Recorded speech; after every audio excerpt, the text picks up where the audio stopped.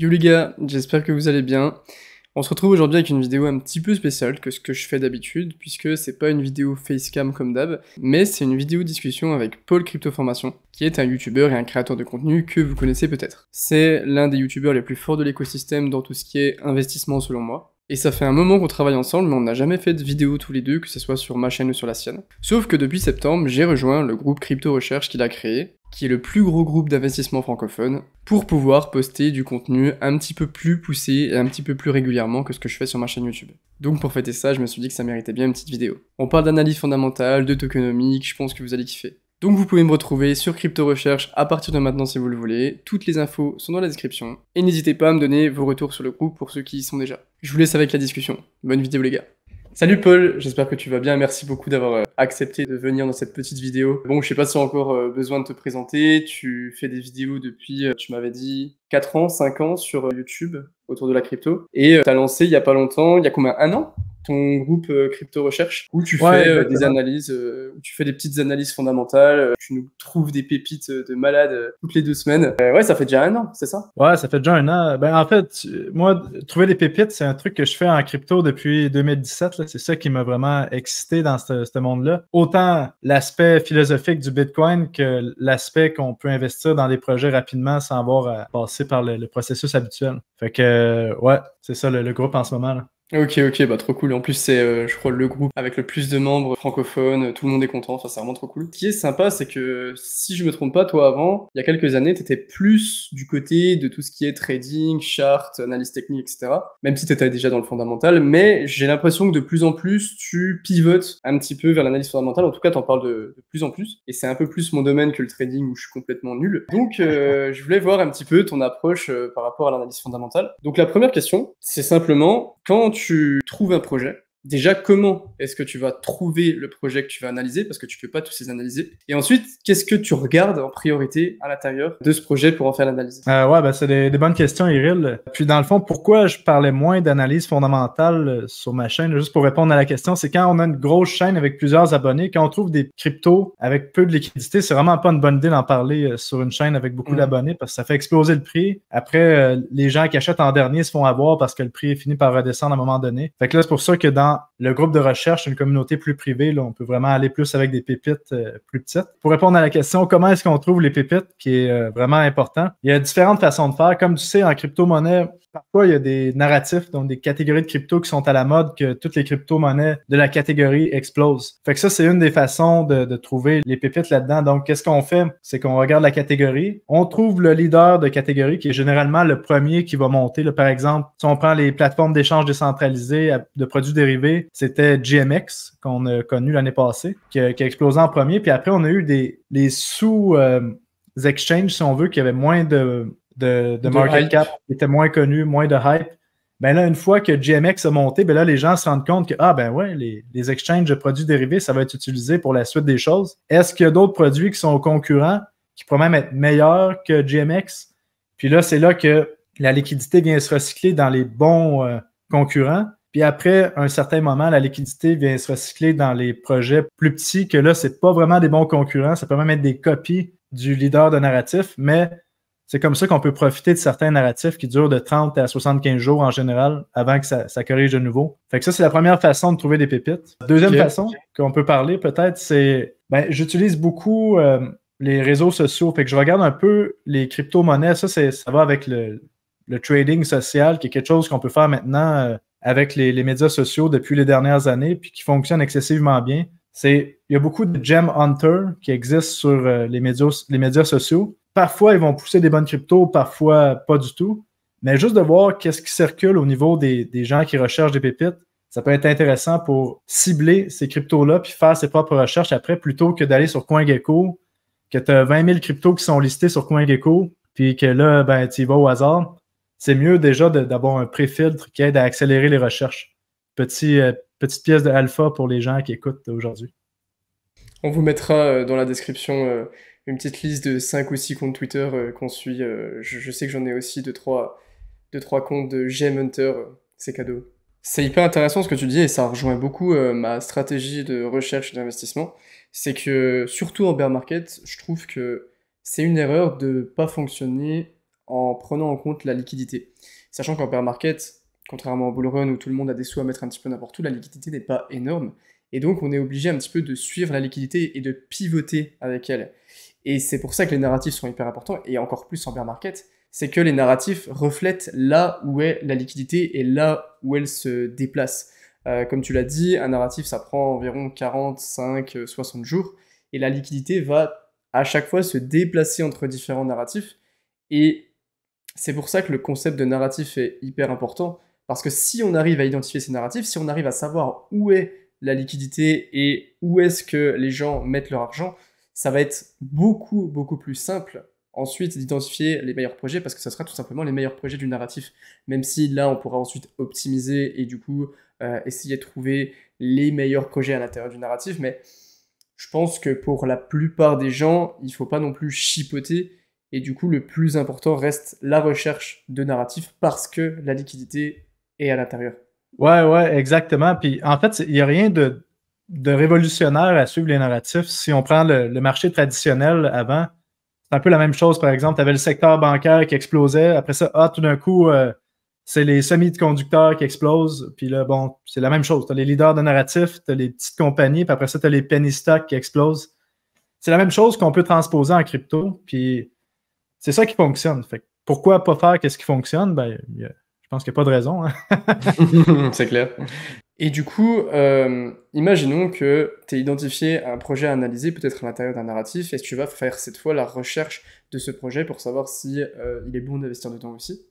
Est-ce que toi, de ton côté, tu vas plutôt prioriser tout ce qui est metrics, c'est-à-dire les frais qui vont être générés, le nombre de transactions par seconde, les utilisateurs journaliers, etc. Ou est-ce que tu priorises plutôt tout ce qui est entre guillemets qualitatif, c'est-à-dire l'expérience de la team, la qualité de la communauté, tout ce qui est difficile à quantifier, mais qui reflète quand même de la qualité d'un projet de par son engagement, son expérience, etc. Comment est-ce que toi tu jongles entre ces deux paramètres? Ben, Iril, ça, c'est une bonne question. Puis je te dirais que c'est le mix, l'ensemble de tout ça qui fait la qualité d'un projet. Il y a des données subjectives, il y a des données objectives qu'on peut aller voir. Puis le truc là-dedans, c'est que ça dépend où est-ce que la crypto qu'on recherche est située dans le cycle de son développement. Parce que tu as déjà vu un peu la courbe de hype versus productivité de Gartner. Le truc, c'est que parfois, on a des projets qui vont exploser, qu'il n'y a pas de produit qui est encore développé dessus. Puis ça va avec le hype. Fait qu'on peut profiter d'une crypto qui a une promesse de faire un truc, puis que le projet n'est pas encore développé. Donc, il n'y a pas de métrique. Tu comprends? Ça fait que les métriques, on va juste les avoir sur des projets qui sont déjà établis, que l'application vient d'arriver. Ça fait que c'est vraiment un mix de tout ça. Ça va dépendre de la phase de développement du projet. Puis après, encore une fois, c'est un tout. Comme j'ai une liste de plusieurs critères là, que je t'ai présenté, qu'on peut en parler si tu veux, mais que tant que je n'ai pas passé ma liste au complet, j'achète pas aucune crypto de mon côté. T'as quoi par exemple comme critères, si tu peux nous en citer 2-3 les plus importants? OK, ben évidemment, on a l'utilité du projet. À quoi ça sert le projet? S'il n'y a pas une proposition claire de valeur, que ça sert vraiment à quelque chose qui règle un problème réel du monde, ben ça ne sert à rien d'acheter ça. L'autre point, peut-être l'équipe, les partenaires, les investisseurs, c'est toujours important. Puis il y a beaucoup de nuances là-dedans. Parce que les gens, je ne sais pas si tu as remarqué, on voit souvent des équipes que tu as deux mecs qui viennent de IBM ou de Apple. Puis finalement, quand tu cherches un peu plus loin, ben, tu te rends compte qu'il y a un mec qui a un mandat de consultation qui a duré 30 minutes avec Apple, puis qui dit qu'il a travaillé pour Apple. Puis l'autre mec qui était à la limite, il ramassait le plancher, puis il passait le balai, puis il dit qu'il travaillait pour Apple. Fait que, tu vois, ouais, c'est réel. Ça, c'est hyper réel. Ouais, il y a beaucoup de fausses associations qu'il faut faire attention. Puis même chose avec les partenaires. Des fois, est-ce que c'est vrai ou bon, on est partenaire avec Google, OK, mais c'est quoi partenaire avec Google? Est-ce que tu es en train de payer un abonnement à Google Cloud ou tu es vraiment partenaire avec leur programme de développement? C'est deux choses. Ouais, c'est vrai. Puis ça, c'est une nuance que tu as vue qui est vraiment importante. Fait on descend ça, puis chaque critère a ses nuances. Puis après, bon, c'est sûr, on a le narratif, les métriques. Puis je te dirais maintenant, le truc le plus important en crypto actuellement, qui fait la grosse différence, c'est le tokenomics. Puis sans tokenomics, qui fait du bon sens, il n'y a rien à faire avec les projets actuellement en crypto-monnaie, surtout dans un environnement avec peu de liquidité comme en ce moment. Et en soi, c'est intéressant ce que tu dis parce que ça rejoint un petit peu une erreur que j'ai fait pendant longtemps dans mes stratégies d'investissement. C'est que je mettais beaucoup trop d'importance dans tout ce qui était la qualité de la team, la technologie du projet en lui-même. Et j'étais un peu en mode, ok, si le projet est hyper bon et hyper qualitatif d'un point de vue technologique, s'il résout un vrai problème, alors il va prendre de la valeur. Et en fait, je me suis de plus en plus rendu compte que ça, c'était hyper faux, parce qu'il y avait justement cette dimension tokenomique, où si l'économie du jeton, de la crypto, n'est pas propice à une prise de valeur de ce token, pour X ou Y raison, ça peut être parce que l'objectif, c'est plutôt de récompenser les venture capitals, les développeurs, etc., mais pas les gens qui ont investi dans le token comme toi et moi, et ben, le projet peut être aussi bon qu'il veut d'un point de vue technologique, il va pas prendre de valeur. Et je pense qu'il y a beaucoup de gens qui ont fait la même erreur que moi et qui la font encore, c'est de penser que juste la qualité de la technologie d'un projet est représentative de sa potentielle prise de valeur. Sauf que c'est totalement faux, je dirais pas que c'est totalement décorrélé non plus, mais il y a vraiment une dissociation à faire. Et ça fait que si on est dans une optique de recherche de projet dans un but de retour sur investissement, ce que la plupart des gens font, euh, la tokenomique devient la matière la plus importante à étudier et à comprendre, parce que sans tokenomique, un projet ne peut tout simplement pas prendre de la valeur, ou sans tokenomique propice à une prise de valeur. Donc après, il faut réussir à étudier et à identifier quels sont les éléments qui font que potentiellement, bah, il va y avoir de la pression vendeuse, il va y avoir de la pression acheteuse, il va y avoir du volume, et que le token, grâce à l'offre et la demande, mais à tout ce qui est englobé par ça, va prendre de la valeur dans le futur. Donc pour moi, la tokenomique, c'est simplement en fait le truc le plus important de l'analyse fondamentale. Je sais pas si tu es d'accord avec ça. Ouais, ben, à 100%, Iril. Puis même avant d'aller sur Tokenomics, tu as mentionné un point que j'aimerais quand même parler. Là. Quand on parle de technologie, c'est un point important à analyser, mais c'est pas garanti qu'une crypto-monnaie qui a la meilleure technologie, que c'est elle qui va monter le plus en prix. La preuve, Ethereum, ça fait des années que on le sait que c'est de la merde, que ça scale pas, que les frais de réseau, c'est ridicule, mais ça reste la deuxième plus grosse crypto actuellement. Bitcoin, combien de fois, combien de centaines de fois même, on a vu une crypto-monnaie qui se brandait comme une monnaie qui était plus rapide que Bitcoin avec moins de frais de transaction, puis que ça marche pas. Puis c'est normal parce que la vraie chose qu'on veut regarder quand on regarde l'ensemble d'une crypto-monnaie, c'est aussi son réseau, comme on connaît la loi de Metcalfe qui dit que la grosseur laquelle un réseau va grossir, c'est le carré de son nombre d'utilisateurs. Fait que même si on a une blockchain de smart contract qui dit qu'il est plus rapide qu'Ethereum, mais qu'il y a 3 utilisateurs dessus, alors qu'Ethereum, tu en as des centaines de millions, on oublie ça. Là. C'est Ethereum, c'est là que ça se passe, c'est là que l'argent est, c'est là que la communauté est. Ça fait que bon point avec la technologie.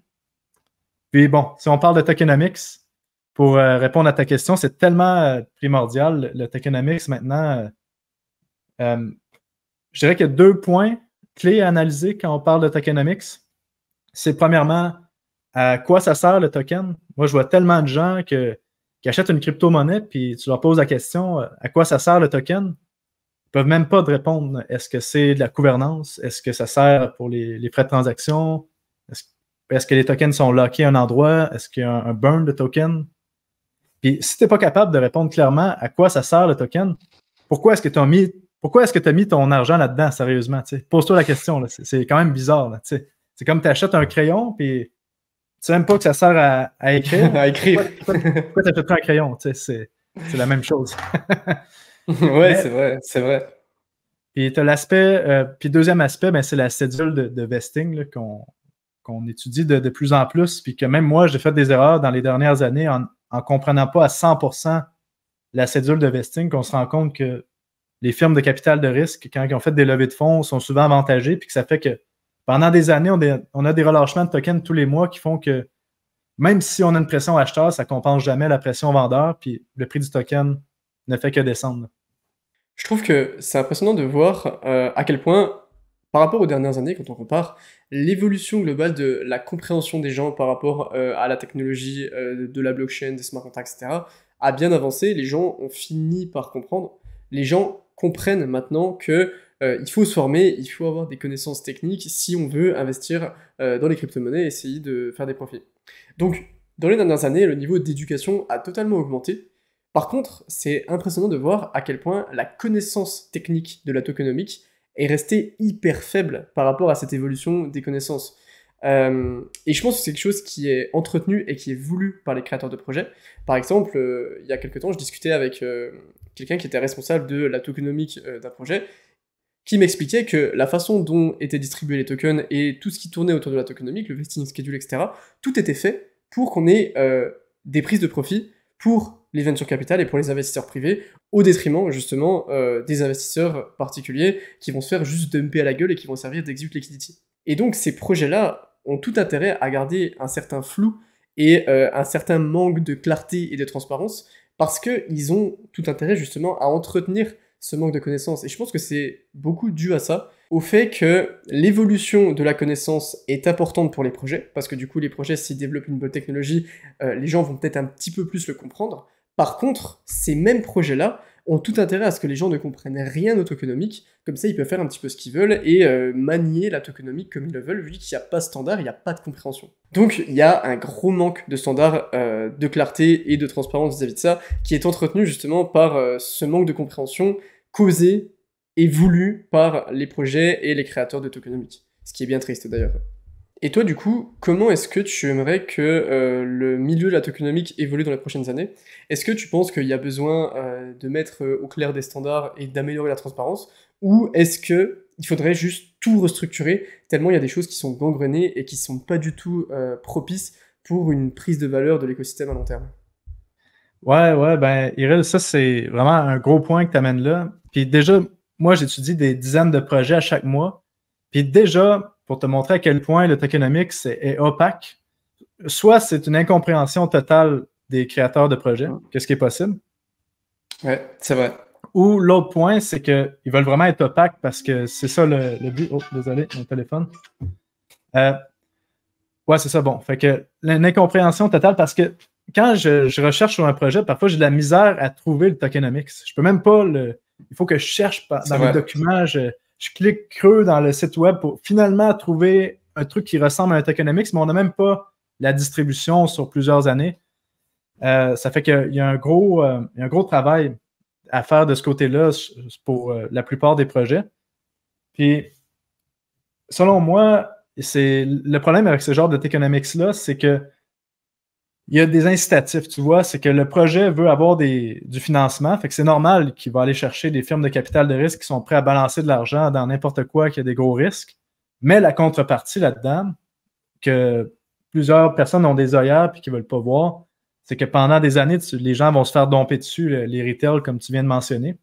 Puis, les tokenomics les plus pourris, en plus de ça, que je pourrais relever, quand on voit deux choses ensemble, là, un jeton de gouvernance avec que c'est un incitatif, tu vois que tu stakes et tu reçois 50% de tokens de plus par année, la combinaison ultime pour se faire démonter. Puis en plus, si tu rajoutes du vesting de firmes de capital de risque qui ont eu le token à rabais, c'est 100% sûr que le projet ne montre pas en prix, sauf si on est dans un bull market, que là, c'est complètement fou le marché. Ça peut durer quelques mois que tout monte. Mais à un moment donné, le vrai marché, le libre marché rattrape le prix de cette crypto-là. C'est un peu ce qu'on avait vu avec... Vas-y, je te laisse finir, excuse. Ah, ok, ben c'est bon. Garde ton idée. Selon moi, Iril, en fait, je vais répondre à ta question que tu avais posée précédemment. Les tokenomics qui faisaient le plus de sens, selon moi, c'était en 2017, quand on avait un libre marché total, que tu avais les seed investors, la pre-sale, la public sale, qui étaient tous libérés le jour 1 en même temps. Puis c'était le libre marché. Les gens qui voulaient dompaient. Les gens qui pensaient que le projet allait durer quelques années gardaient le token. Puis on avait un ajustement de prix qui se faisait dans les premiers jours, puis après, c'était réglé. Mais là, en essayant de contrôler le prix avec des cédules de vesting, comme on a vu quand la Fed essaie de contrôler le flux monétaire, ben, ça fait des trucs qui ne fonctionnent pas. On ne peut pas contrôler le libre marché au final. Puis avec les cédules de vesting qu'on voit actuellement, c'est même pas. C'est une garantie que le prix du token descend. C'est ça que je vois là.